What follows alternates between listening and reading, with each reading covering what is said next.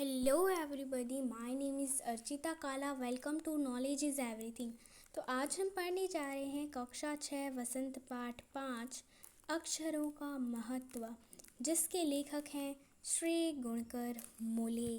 तो चलिए आज हम श्री गुणकर मूले जी का लिखा हुआ यह पाठ पढ़ते हैं, जिस पाठ में अक्षरों के बारे में बताया गया है। चलिए, सो लेट्स रीड। अक्षरों का महत्व, यानी जितने भी अक्षर हैं उनका महत्व, अक्षरों का महत्व। चलिए, अक्षरों की कहानी क्या है वो इसमें बताया गया है। यह पुस्तक अक्षरों से बनी है। सारी पुस्तकें अक्षरों से बनी हैं। तरह तरह की पुस्तकें, तरह तरह के अक्षर। तो लेखक कहते हैं कि जितनी भी पुस्तकें हैं वो अक्षरों से ही बनी हैं। जितनी भी पुस्तक हैं वो सभी अक्षरों से बनी हुई हैं।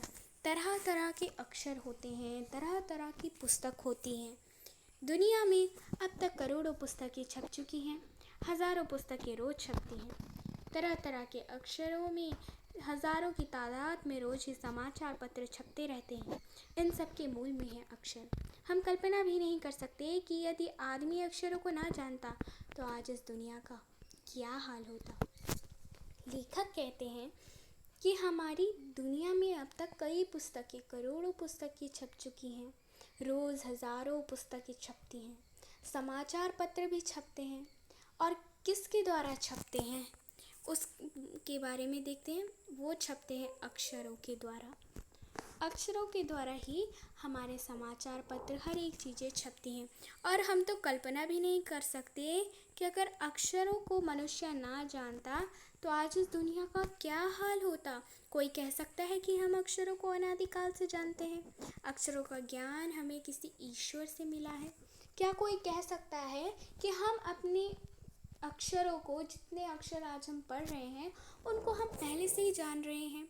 यानी जब हमारी इस धरती में किसी चीज़ का कुछ भी विकास नहीं हुआ था, हम तब से ही जानते हैं। तो क्या ऐसा है? चलिए आगे देखते हैं। जैसे हमने अभी देखा कि लेखक ने कहा था, हमारे जो लेखक है श्री गुणकर मूले जी, उन्होंने कहा था कि पहले लोग सोचते थे कि जो अक्षर हैं उनकी खोज ईश्वर ने की है। तो देखिए, पुराने लोग सचमुच ही समझते थे कि अक्षरों की खोज ईश्वर ने की है। पर आज हम जानते हैं कि अक्षरों की खोज ईश्वर ने नहीं बल्कि स्वयं आदमी ने की है। देखिए, हम सोचते हैं कि अक्षरों की खोज किसने की है? मनुष्य ने नहीं बल्कि किसी भगवान ने की है, ईश्वर ने की है। लेकिन ऐसा नहीं है। पहले के लोग ऐसा ही सोचते थे, लेकिन अब हम जानने लगे हैं कि अक्षरों की खोज क्या हुई है, स्वयं मनुष्य ने की है। अब तो हम यह भी जानते हैं कि किन अक्षरों की खोज किस देश में हुई थी और किस समय हुई थी। तो अब तो हम ये भी जानने लगे हैं कि किस अक्षर की खोज कहाँ हुई, किस जगह हुई और किस समय हुई। जैसे क की कहाँ हुई, ख की कहाँ हुई। वैसे ही देखिए, हमारी यह धरती लगभग 5 अरब साल पुरानी है। 2-3 अरब साल तक इस धरती पर किसी प्रकार के जीव जंतु नहीं थे। फिर करोड़ों साल तक केवल जानवरों और वनस्पतियों का ही इस धरती पर राज्य रहा। आदमी ने इस धरती पर कोई 5 लाख साल पहले जन्म लिया।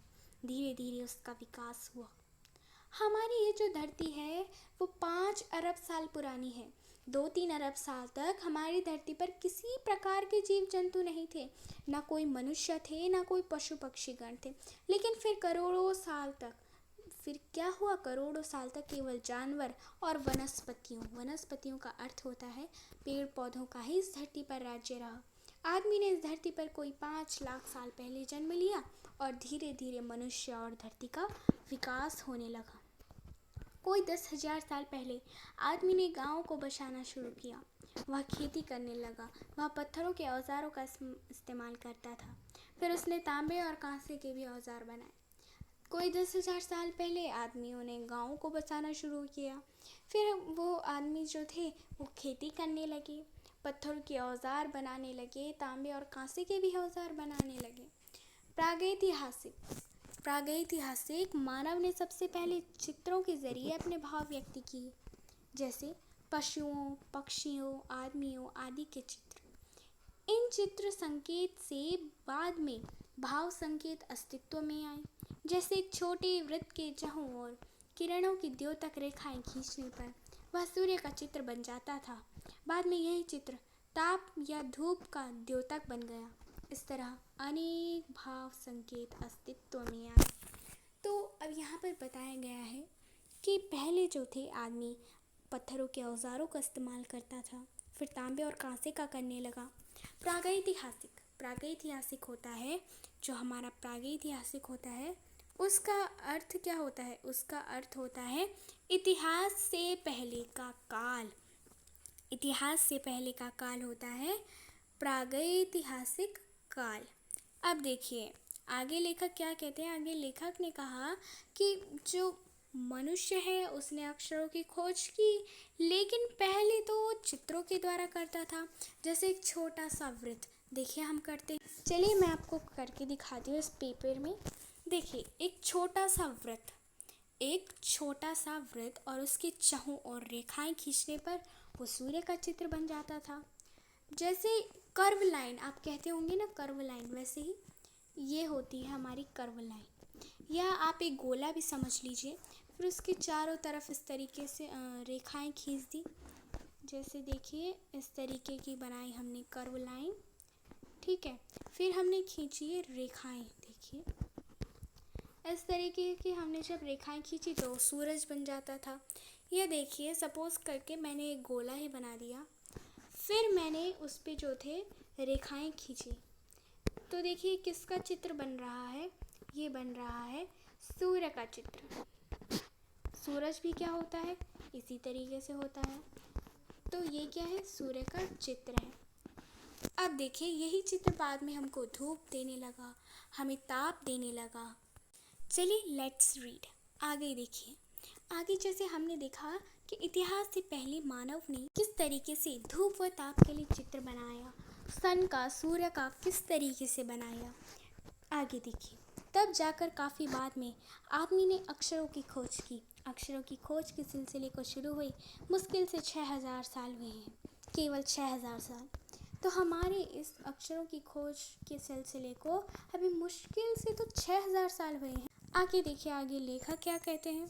आगे लेखक कहते हैं कि ये एक क्या है? ये एक हमारे पास है एक चित्र, जिसमें क्या लिखा हुआ है? जिसमें लिखा हुआ है मध्य अमेरिका के औजी बाबा आदिवासियों के चित्र। दाईं और बाईं और के क्रमश तूफान का देवता, जो सारे आकाश को घेरता नागरा, पंखों से सुशोभित नागरा, द्रोणाकार, कांवा और दवाखाने में आदमी।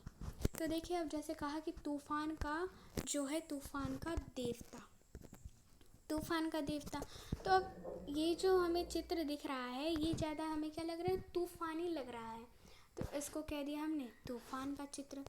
आगे देखिए, आगे हम पढ़ते हैं। अक्षरों की खोज के साथ एक नई युग की शुरुआत हुई।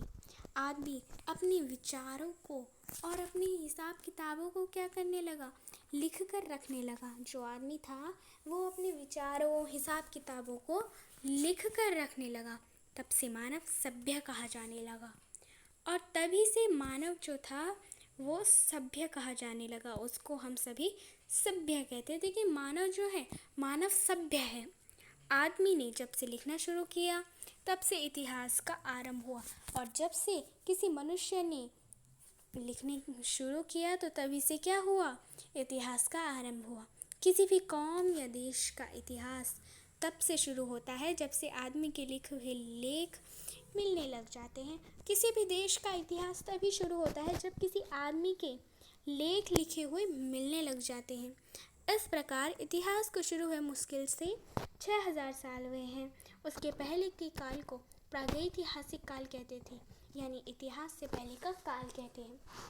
तो इसी तरीके से जो हमारा इतिहास है उसको शुरू हुए मुश्किल से 6000 साल हुए हैं, और इसीलिए हम प्रागैतिहासिक काल को क्या कहते हैं? इतिहास से पहले का काल। अतः हम देखते हैं कि यदि आदमी अक्षरों की खोज नहीं करता तो आज हम इतिहास को न जान पाते। अगर आदमी अक्षरों की खोज नहीं करता तो आज हम इतिहास को ना जान पाते। अब हम कैसे ना जान पाते, देखिए अगर आपने हिस्ट्री पढ़ते हैं, सिक्स्थ में आपके पास हिस्ट्री है तो आपने पढ़ी होगी, तो उसमें जो आर्कियोलॉजिस्ट हैं वो फाइंड करते हैं, लेकिन उन्हें तो लिखने के भी मिलते हैं जो उन्होंने लिखे रहते हैं मनुस्क्रिप्ट में, इंस्क्रिप्शंस में। तो अगर अक्षरों की खोज हुई तभी तो उन्होंने मनुस्क्रिप्ट और इंस्क्रिप्शन में लिखा हुआ पढ़ा। चलिए उनको हम छोड़ते हैं, अक्षरों की खोज ही नहीं हुई और कोई हमें बताना चाह रहा है और हम जानना चाह रहे हैं पहले के बारे में। तो अगर किसी आर्कियोलॉजिस्ट को पता ही नहीं है कि अक्षरों की खोज यानी क्या है, अक्षर क्या होते हैं, और अक्षरों की खोज नहीं हुई है, तो हम कुछ नहीं जान सकते कि पहले और अब इस काल में और पहले के काल में क्या अंतर है। ठीक है, तो अगर हम नहीं जान पाते तो हम यह नहीं जान पाते कि पिछले कुछ हजार सालों में आदमी किस प्रकार रहता था, क्या क्या सोचता था, कौन कौन राजा हुए इत्यादि। अब जैसे हम एग्जाम्पल लेते हैं राजा राम का। देखिए, हम अधिकतर रामायण पढ़ते हैं, उसमें क्या रहती है, उसमें अधिकतर राम जी के बारे में लिखा रहता है। लेकिन जब किसी को अक्षरों के बारे में पता चला तभी तो उन्होंने लिखा, और जब उन्होंने लिखा तो हमने राम के बारे में पढ़ा। ठीक है, अक्षरों की खोज मनुष्य की सबसे बड़ी खोज है।